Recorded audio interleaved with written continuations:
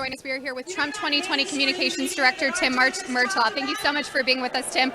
It's a pleasure to have you back on the program. Now, getting right into it, over 157,000 jobs have been added to the Pennsylvania workforce since President Trump took office. And obviously, we know this will be a critical state in this next election. How will this economic explosion really continue to fuel the steam behind the GOP for 2020? Well, I think everybody who lives and works in Pennsylvania and indeed in any state in the country is very well aware of what's happening in this economy. The Trump economy is so strong and still growing. We just had this tremendous jobs report of just a few days ago, 266,000 jobs created nationally. The unemployment rate is at a 50-year low, and here in Pennsylvania, people are feeling it. As you said, almost 160,000 new jobs, and the news that the USMCA might be passing is so important to Pennsylvania. People said that the President Trump could not redo NAFTA. He could not replace it. They said it couldn't be done. Well, he did it, and now it's going to be passed into law. And what that means in Pennsylvania and in other states, but in Pennsylvania, there's over 6,000 dairy farmers here who will now have greater access to the Canadian dairy markets and Mexico, but the Canadian dairy markets is key. That is so important for the agriculture economy here in Pennsylvania. And also, $14 billion a year products from Pennsylvania are sold to Canada and Mexico. And once the USMCA is cleared through, that is it's just great news for the people here in Pennsylvania. And everyone knows that all these successes are because of the policies of Donald J. Trump. There's no other explanation for it. And so all those things argue very strongly for his reelection. Absolutely. You know, the USMCA, we got that great news today that a vote is expected next week. Kind of just going off of that in the bigger picture, how will President Trump's drive to secure better trade deals for the American people continue to positively impact for him for this upcoming election? Well, I think people understand that this is a president who, for the first president in a long time, that his first desire every single day is to stick up for America first. If you look at what is going on with his relationship with China, everybody who has ever run for president always said, I'm going to stand up to China. But no one ever did it until Donald Trump came along. And China, for decades, has just been a bad actor on the world stage. They steal technology. They steal intellectual property. They force the transfer of intellectual property and technology as a cost of doing business with them. All these non-tariff barriers to American products to the Chinese market. And the president said, no more. You're not going to. They devalue their currency. They manipulate their currency. And the president said, no more. We're not going to stand for it anymore, and he slapped some tariffs on him. And everybody freaked out and said, oh my gosh, you can't do that. And I don't know why anybody was surprised, because candidate Trump only said about 10,000 times that that's exactly what he was going to do. And of course he did it, and it's working. The Chinese economy is crumbling, their auto industry is in trouble, their banks are failing, and guess what? They want to negotiate with the United States again. The president's policies are working, and that is just one example of how this president wakes up every day saying, I'm going to stick up for the United States of America first. I was not elected president of the world.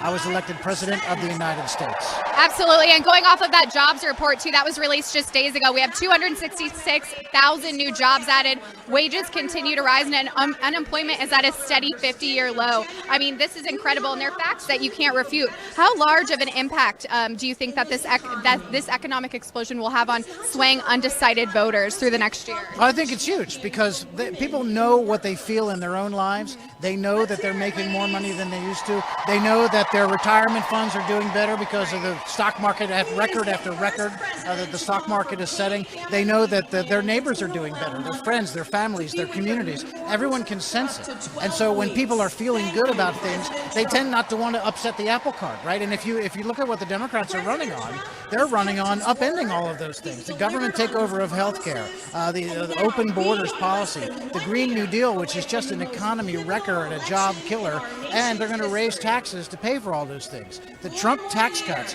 are in part fueling this economic boom that we're seeing right now, and the Democrats would undo all of it. And those choices are going to be so obvious. It's going to be President Trump and the strong economy that everyone is knowing and experiencing today versus the Democrats who would just completely undo all of that. Absolutely. I think that's important to note. You know, his accomplishments are completely unparalleled. Switching gears now a little bit to impeachment. You know, whether it be a Democrat or Republican, just generally speaking, it has very damaging implications on domestic politics, foreign policy, etc. You know, this also appears to be politically motivated. How does this suggest that they may only be thinking about the short-term implications, the Democrats that is, versus the long-term impacts of what this can do to our country? You talking about impeachment? Yes. Yeah. Well, it just shows that the Democrats are only interested in political gain. And Nancy Pelosi, there's a reason why she held off impeachment for as long as she did. It's because, well, I hope she held it off because she thought it was bad for the country. But mostly she held it off because she knew it was bad for her party politically. And she said over and over again that she didn't want to pursue impeachment because it was too divisive and it would be damaging to the country, and she wouldn't do it unless it had bipartisan support. Well, it is divisive, so she was right about that. It's tearing the country apart, and it does not have bipartisan support, and she's doing it anyway. So that just proves that the whole thing is politically motivated, and none of the lip service that they give to these reasons means anything. Democrats wanted to impeach this president since election night, 2016, well before he ever even took the oath of office. First, they were going to impeach him because he was a Russian agent, right? Remember that? For 2 whole years, he was a Russian asset, and he was going to get impeached for that. Well, that fell apart like we knew it was going to, and now they're on to this Ukraine nonsense, and now they've released these articles of impeachment, which are not even to be taken seriously.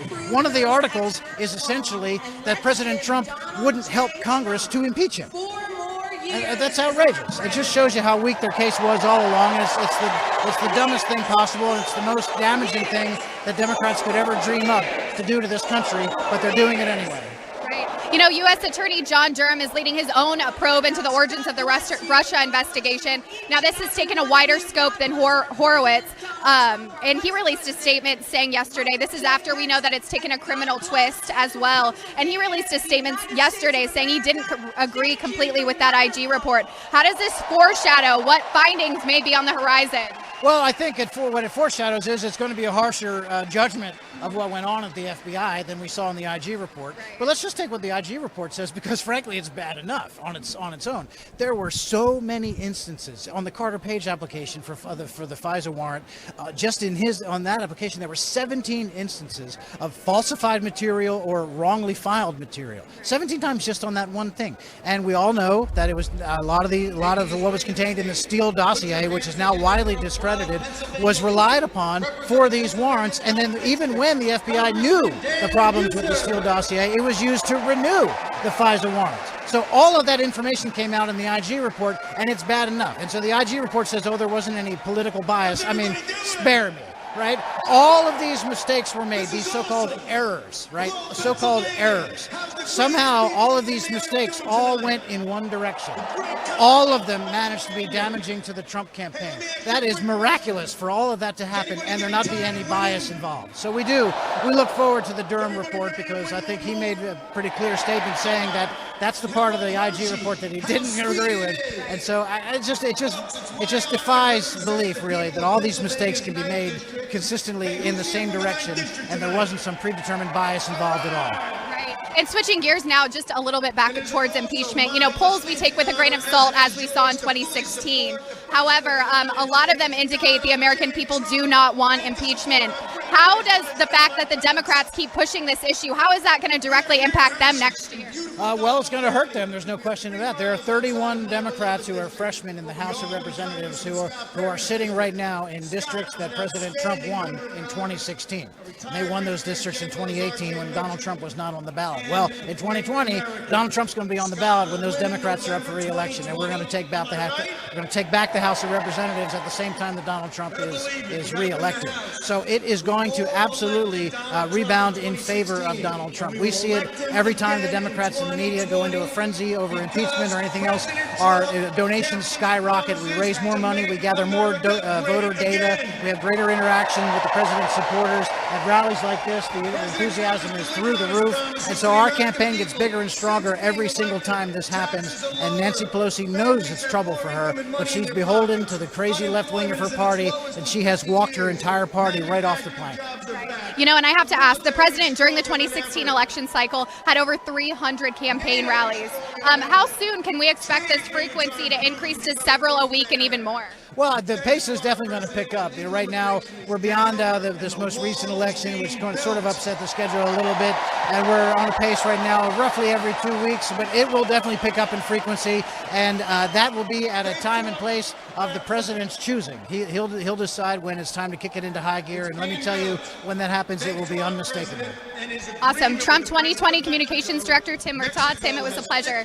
Thank you so much.